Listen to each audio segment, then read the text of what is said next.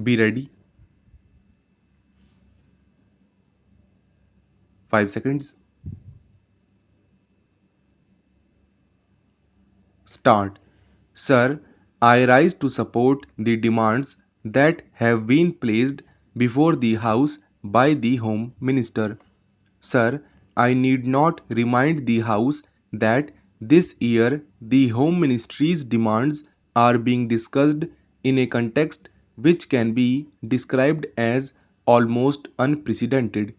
It is for the first time that we are discussing the demands of this ministry after the country passed through the period of the emergency that rocked the very basic structure of the constitution and our policy and made the common people of our country realize what they have lost with the eclipse of their fundamental rights and freedom. Sir, the 19 months of rule marked the culmination of a concerted effort to undermine democracy. Those who wanted to destroy the democracy and convert our system into a totalitarian system had looked upon the Home Ministry as the main instrument for forcing their will on the nation. They wanted to substitute the rule of law with a reign of terror to place individuals above the law, to provide immunity to those whom the group liked, and to harass all those who were looked upon as dangerous to the monopoly of power that the extra constitutional group wanted to preserve.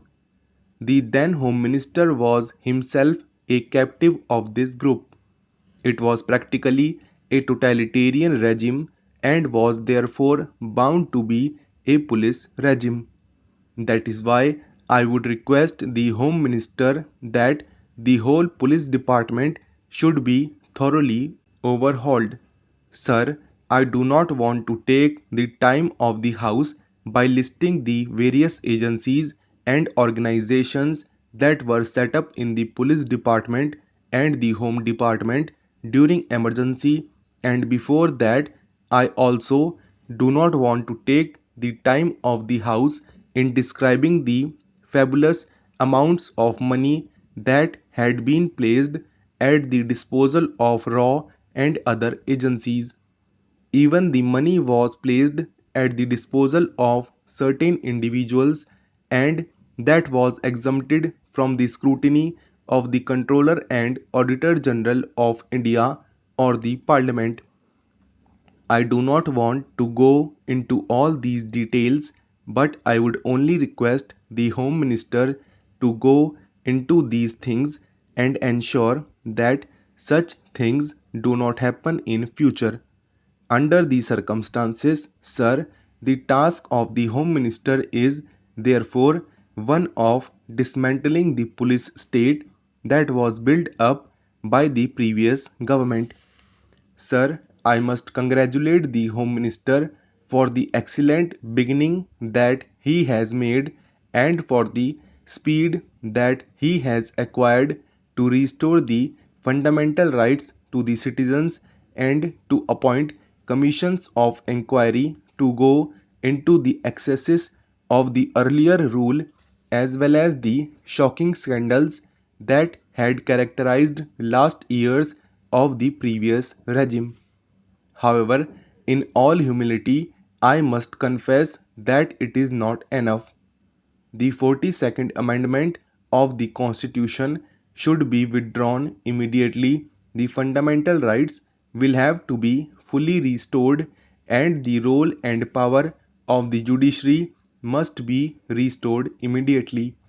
Then the necessary correction in the attitude of the police cannot be achieved if at this moment we do not differentiate between those officers and men who acted on instructions and those who went out of their way to trouble and harass people during the earlier rule. If we do not differentiate between these people and do not give to the guilty exemplary punishment that would serve as deterrent and corrective, we would not be able to reorganize the police department. Now, I come to the area of general administration for which the Home Minister is wholly responsible. Our public offices have not earned a great reputation for efficiency.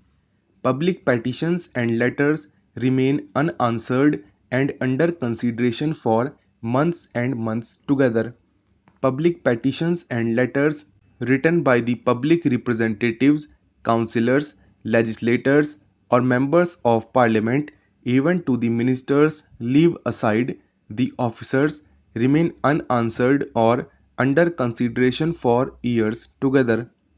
Sometimes we do not get a reply at all to our letters. Our people have to suffer because of this. We hope the Home Minister will see that these public offices function efficiently. Even after 50 years of our own government, these public officers, especially officers like block development officers and the public officials, do not behave properly and they even behave very badly with the public.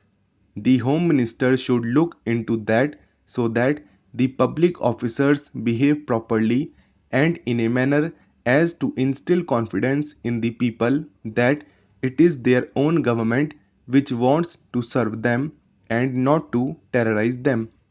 Within the time you have given, I want to draw the attention of the Home Minister to a very important matter. I know the law and order is a state subject. Honorable member was telling that our Home Minister has encroached upon this state subject. Sir, if some state governments and their chief ministers and ministers behave in such a way which is against people's interest, naturally, Government of India have to take action against these people.